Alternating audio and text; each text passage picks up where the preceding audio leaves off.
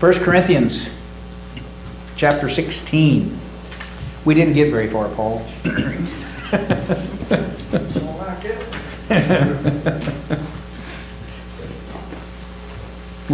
We had a fairly robust talk. I always like that when we have a lot of participation in the classes, because it gives everybody a chance to help apply it, to help understand it.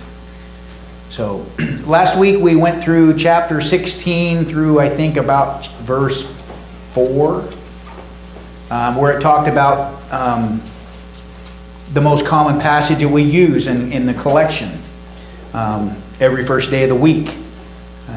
We were talking about why did they have a collection? What was going on? Hubie mentioned there was a famine. There was major problems going on. People just didn't have it. So they were collecting up for the saints. Those that did not have, that's why they were collecting it up. And as Paul said, collect it up so that when I arrive, then I can give you a letter of introduction to the men that you approve. That's the ones that were going to take the money to Jerusalem.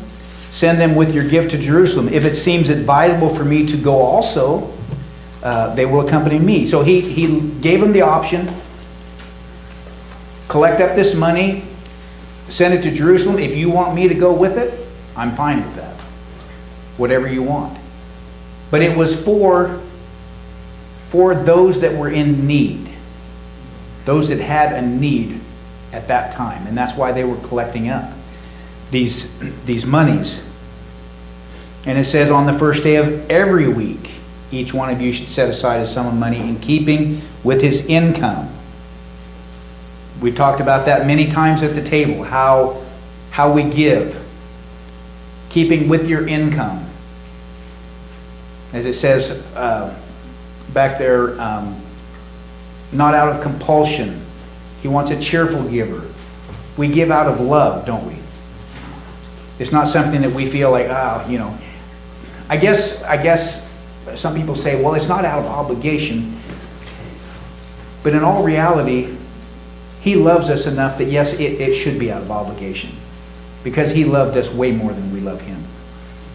In all honesty. Dan. And that's what 2 Corinthians 9, it says, each one must give as he desires his heart, not reluctantly or under compulsion, for God loves a cheerful giver. Mm-hmm. So we do it out of love for him. Right. And I guess you could say that's an obligation, isn't it? He loved us, and we're obliged to love him back in every way that we can. Which is by loving others. Exactly. Loving others. You know, when we go to Acts 2, when the first sermon was preached by Peter, and what 3,000 were baptized, what did they do then? I mean, remember, in Jerusalem, there was thousands of people, maybe million, I don't know. But there was thousands of people. And when this was first preached, the gospel, a lot of people didn't just head off to home, did they? They stayed around. Well, if you go someplace and you plan on being there a couple of days and you end up staying a week or two, your finances are a little off, aren't they? You weren't planning on that. You didn't bring enough food. What did they do there? All of the Christians helped out, didn't they? They gave wherever it was needed. Man, I had Roger and then Hubie. And so giving is also lost my thought there. Oh, it's a part of worship. Exactly. And giving, we need to give more than God needs to receive. I mean, the giving helps us as Christians to grow. Mm-hmm. And helps you analyze your life. I mean, giving has a lot of good, what's the old saying? It's better to give than to receive. Exactly. You always hear that at Christmas, don't you? And there's a lot of benefits to giving.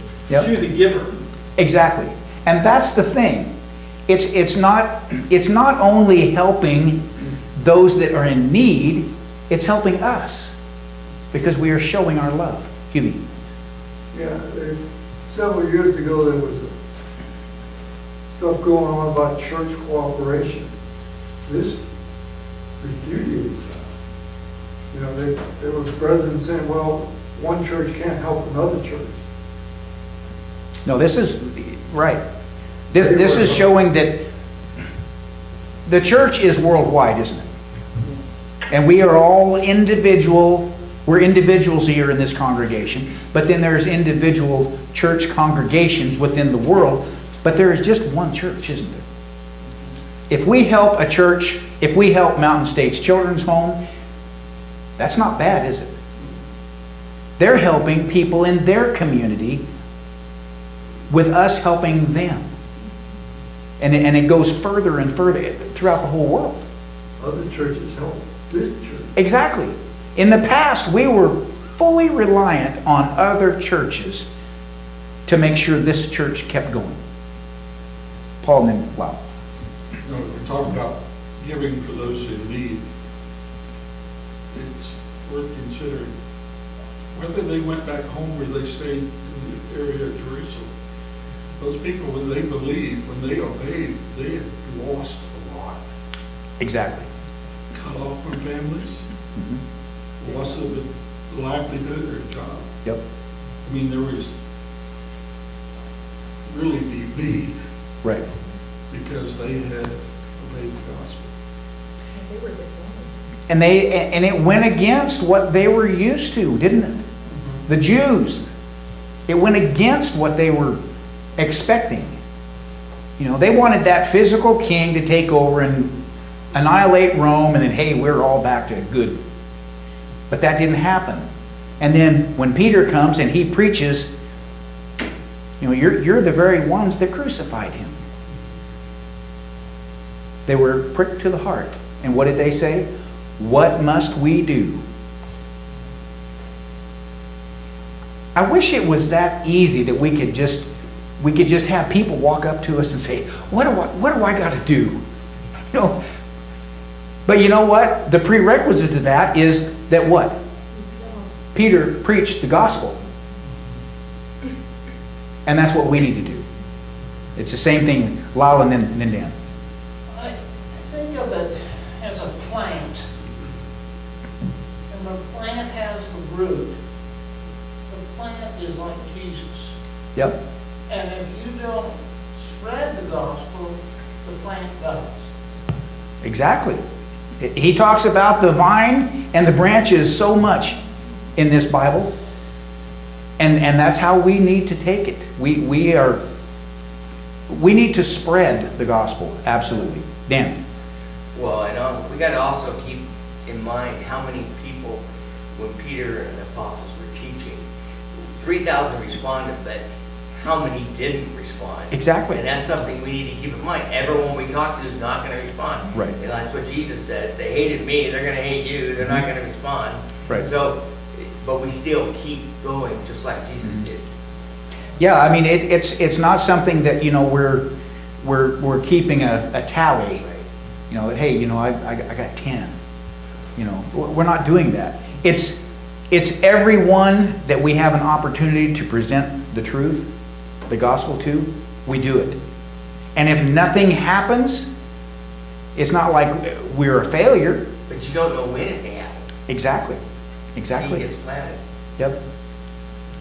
Paul planted a seed with Cindy the other night, a couple weeks ago. We talked about it, and it doesn't sound like she's really going to catch on. But we can't be discouraged because somebody else may water that. She's thinking about it. Saw her at the grocery store. Exactly. And she's thinking about it. And that's the thing. If we just plant the seed, I think that's too many times we want to transplant the plant. We want it done. We don't want to just plant the seed and say, well, you know, God is going to give the increase. We want to see the increase so we can say, look what I've done. But no, we need to say, look what God has done, and give him all the credit for being able to plant that seed, because that's the important part. Like I'm trying to plant it. I sit there and I told one of my neighbors as far as along where my neighbors, I said, see see what our church is about. Yep, And that's like planting the seed. absolutely. And that's what it takes. It's that simple thing. And then it grows from there. So through verse 4 there, so starting 5. After I go through Macedonia, I will come to you, for I will be going through Macedonia. Perhaps I will stay with you a while, or even spend the winter, so that you can help me on my journey wherever I go. I do not want to see you now and make only a passing visit. I hope to spend some time with you, if the Lord permits. But I will stay on at Ephesus until Pentecost, because a great door for effective work has opened to me, and there are many who oppose me. He's talking about his trip there, basically, and what his plans are. But notice he doesn't want to just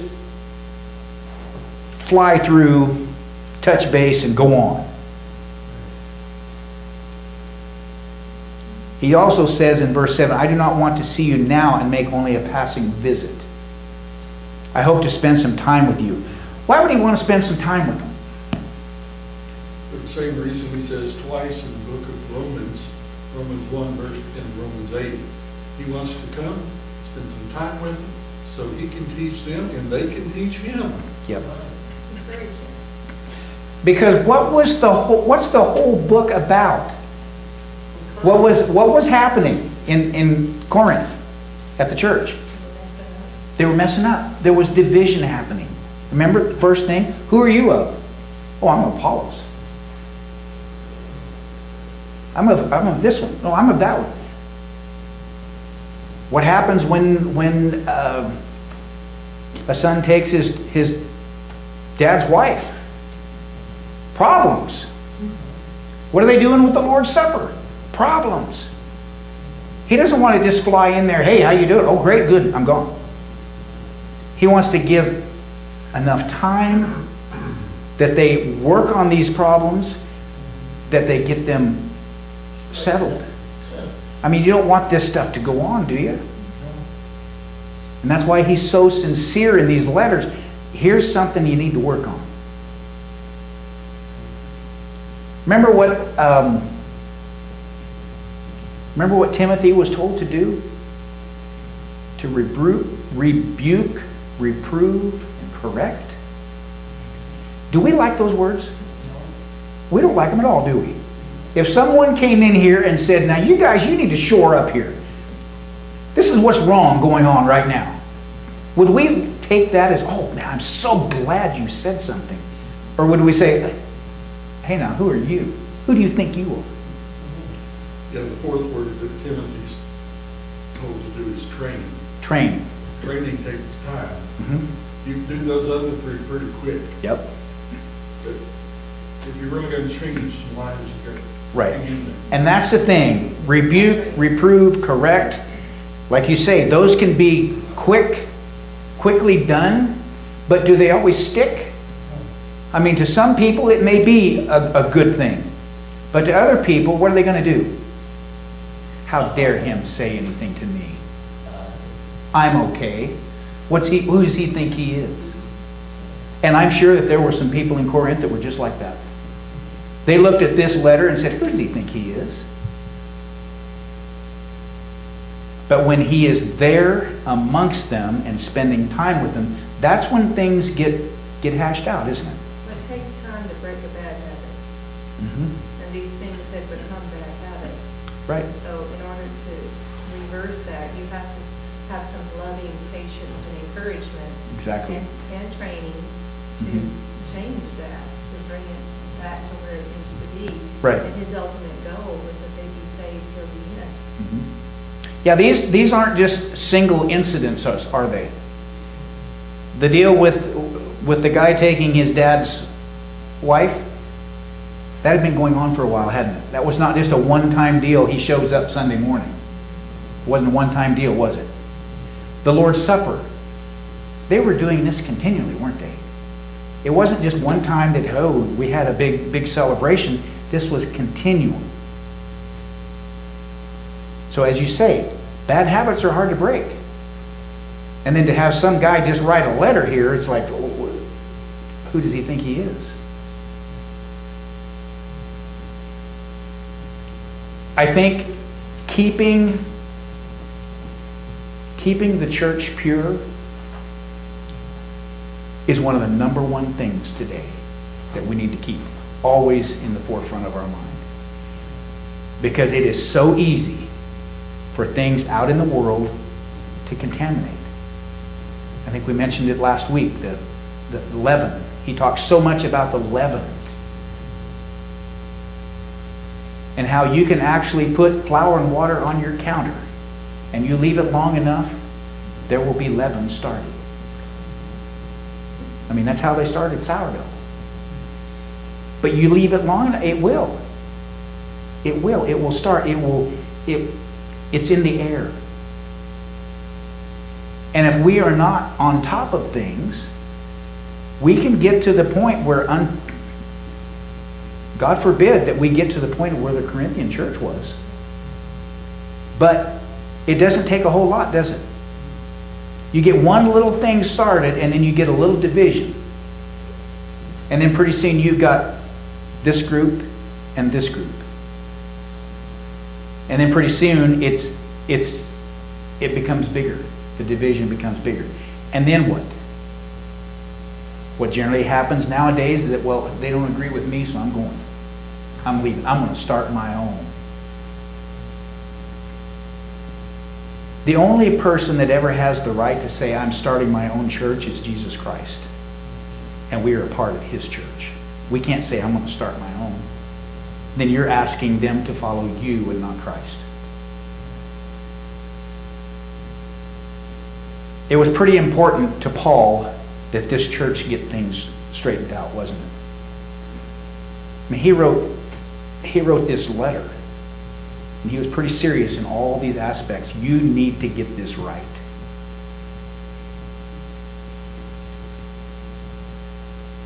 Verse 10, if Timothy comes to you, see to it that he has nothing to fear while he is with you, for he is carrying on the work of the Lord just as I am. Who was Timothy? Why would he specifically say, see to it that he has nothing to fear while he is with you? Because he was young, wasn't he? He was maybe a little on the timid side. So he says, make sure that he has nothing to fear when he's among you. Don't go in there and start trying to overbear on him.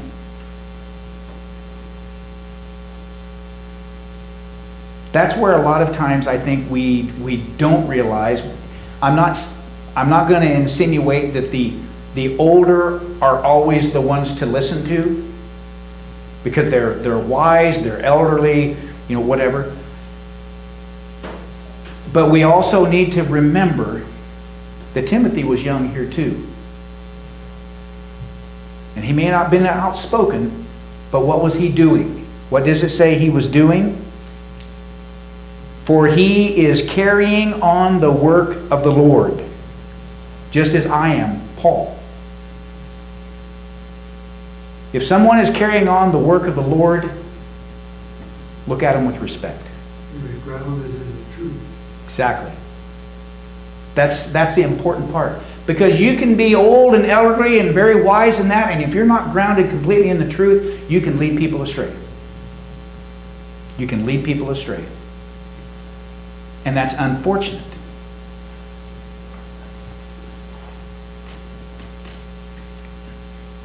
Send him on his way in peace, so that he may return to me. I am expecting him along with the brothers.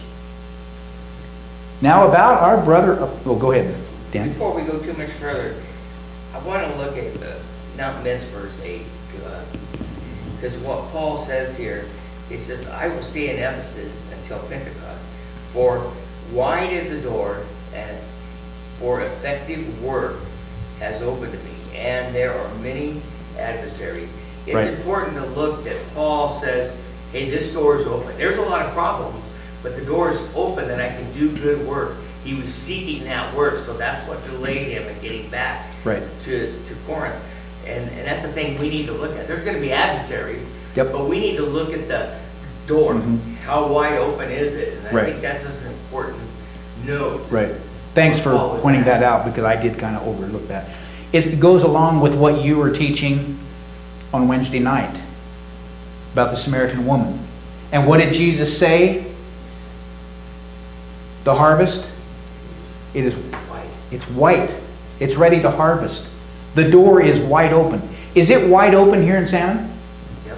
Do we look at it as being, well, I don't know if I can, the door's not really wide open. It is, isn't it? It's wide open. Do we take that opportunity at every chance we can? Should. It's white with harvest. And yet, how often do we really put ourselves out there? Do we really?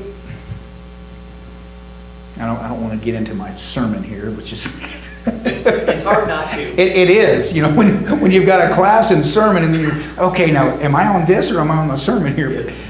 But do we take every opportunity that we are given? I think there's many opportunities that we just let go by and we don't even realize that they were opportunities. Because we're not looking. Exactly. Well, we have blessings all around. All of us are so blessed. And I have found the blessing of what's been going on with me is that it's made me bolder. I don't miss that chance. When I have a chance to say something to somebody, Right. do it. Because I might not see them again. But we all should be thinking that way, because you may not see them again. Exactly. And Satan wants us to see the door is shut. Mhm. He wants us to see that there's no hope. He wants us to see that the prevalent atmosphere that we live in now is, a closed door. It's Mhm. not. Right. There are so many out there that are struggling. They're like drowning in the ocean, and we've got to see it that way. Yep. And so we need to pray for each other for boldness. And that has been a real blessing. Right. That's the thing when we look at our lives, honestly, we look at our lives that we've got tomorrow, don't we? I mean, in all honesty, we're looking at tomorrow. We make plans. When we are put in a position that we could go at any time, in your case, at any time, why isn't it important to tell people about eternal life? Because if we are confident, as Dina is, she is confident, she has it. And I want everybody else to know before I'm gone. Her time is short. But isn't ours? Our time is short, isn't it? I mean, yeah, we may be walking around healthy in that, and we could have an aneurysm. We could have a heart attack. We could be hit on Main Street. It could end immediately. Why didn't we think that it was imperative that we tell someone? Because we don't have the time that we think we do. Just because we're healthy or everything's working good right now doesn't mean that it could not end in an hour. I think it's a selfish thing that we have. Do we just want to keep it all to ourselves? This wonderful gift that we've been given, this hope of heaven? Shame on us. We need to be giving that hope to other people and sharing it and Right. bringing as many with us as we can. Yeah. Roger and then Lyle. So, if you put yourself in Paul's place, that's like going into a hornet's nest. Oh, absolutely. He tells us there. There's people that are opposing. He wanted to do that, number one, but he loved the church so much that he wanted to take the time to get it right. Most people would say, well, you guys have problems, good luck to you, I hope everything works out. I mean, Paul really dug in. I mean, that took a lot of boldness to go down there and into that mess and try to straighten it out. And ever how long it was going to take, that's how long he was going to be there. That just blows my mind, I guess. Knowing that there's going to be opposition. Knowing that. Lyle. Another thing got to think about, where were you without Christ? Absolutely. You got to realize, I could be in that situation. If we are without Christ, if we were without Christ right now, would we want someone to tell us about having everlasting life? Yeah. If all we had was what we had right here in this world, and that's it, die, nothing, wouldn't we want to know about everlasting life? Right, yes. Wouldn't we want to know about that? Yeah. Wouldn't we want to have our neighbor, our friend, or whoever to tell us that there's something more to life than what you're living right now? Yeah. But yet, as Dina said, sometimes we're a little stingy with that, aren't we? That we want to pick and choose who we want to be there. You know, I don't think I want that guy down on the corner up there in heaven with me. Isn't that kind of the way we're treating it? It's like we want certain ones there, but yet we're going to hold out. Dan. I think a lot of times too, we allow the least little thing to stop us from spreading the gospel. I remember way back in the 70s when I was Jeff Walling Sr., who was heading up the bus ministry. I went with him. He was training me door knocking, or to inviting kids.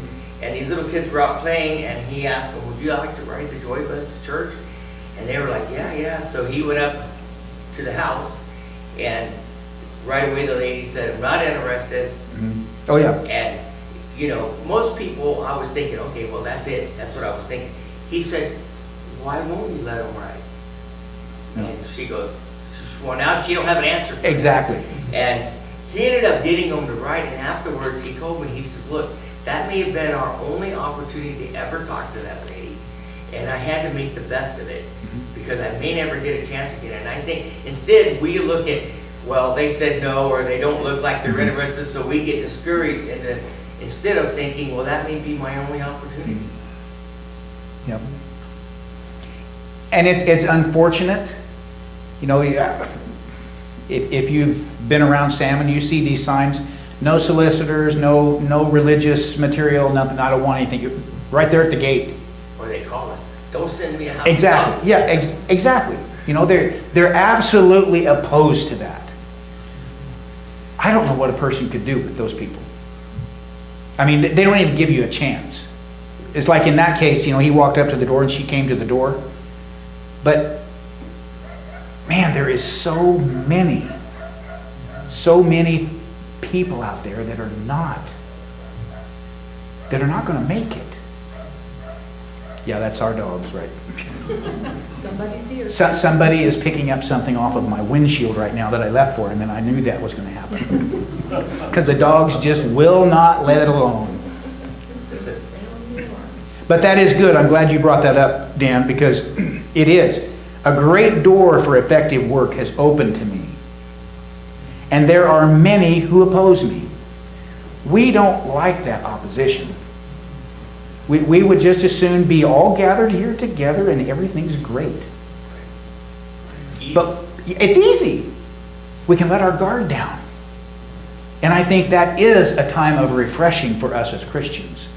But when we leave here and we go out into that world, we can't let our guard down there, can we? We can't.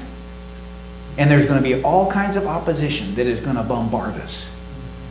And we need to stay strong. Verse 12, "Now about our brother Apollos, I strongly urged him to go to you with the brothers. He was quite unwilling to go now, but he will go when he has the opportunity." Now remember what Apollos, remember what was happened with him? Who had to teach him a little further? Aquila and Priscilla. They had to teach him a little further, didn't they? Because he didn't have it quite all together. If they didn't beat him up. Exactly.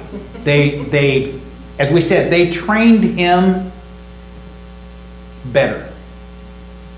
And they done it out of love. They didn't bombard him and, well, you're so foolish to think that that was okay, John's baptism. Come on, you should have known. I mean, that would not be the way to present that, would it? But they did it with love, and they trained him to a better understanding of what was going on. Verse 13, be on your guard, stand firm in the faith, be men of courage, be strong, do everything in love. Be on your guard. Satan is going about like a roaring lion, seeking to devour. When you're in the bush, hunting something dangerous, you're not just nonchalantly going out there like, hey, everything's all cool, are you? You're on your guard, aren't you? Because he can come at you at any time. That's the same way we need to be as Christians concerning Satan. He is going out there and he wants to get a hold of us. He's telling the people in Corinth the same thing, isn't he? Be on your guard. You've let your guard down in the past here, and this is what's happened. Be on your guard. Stand firm in the faith. Now, what does that mean? How are we to stand firm in the faith today here? Preaching the correct gospel. That's how you stand. Stand firm in the faith, stand firm in the gospel. Same thing. Teaching it correctly. How easy would it be to get a whole lot more people in here by changing it a little bit? We got numerous places right now that are packed because they're not teaching the correct gospel. They're teaching an easy one. They're entertaining. I'm not up here to entertain you. I'm up here to present the word as the best that I can so that we can apply this to our lives and live by it. The others are just there for a good time. Hey, I love the music. We had donuts and coffee. It was great. What a great time to get together. Next week, if I'm not on the lake, I'll come again. But that's the attitude, isn't it?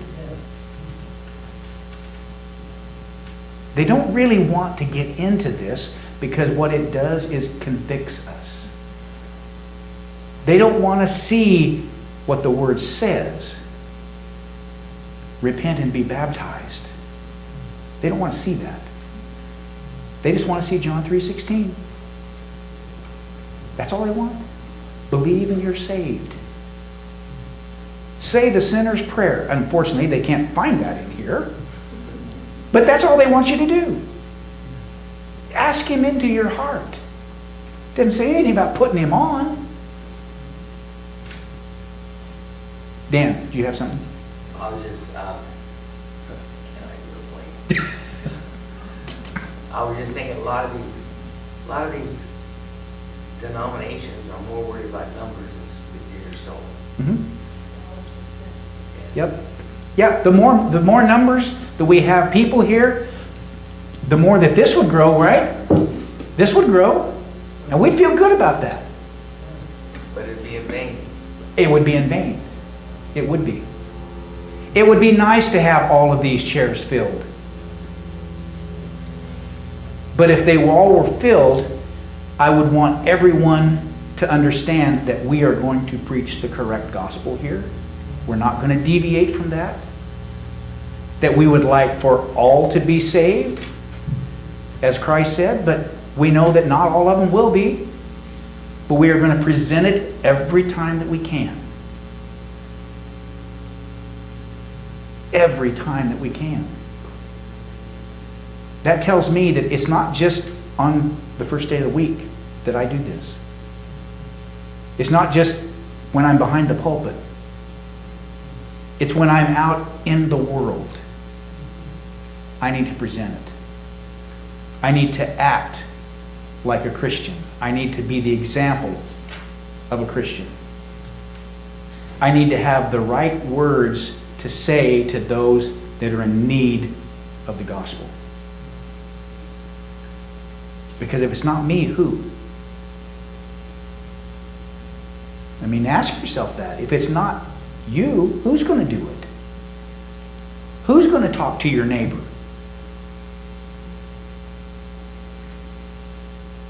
Something to think about. I am out of time. We did not finish 16. I guess we'll continue on, and that'll give me a little more time to figure out what we're going to do after 1 Corinthians. So thanks for all your comments. Great class. I appreciate everybody that participates. Thank you. Even if they just smile, Cindy.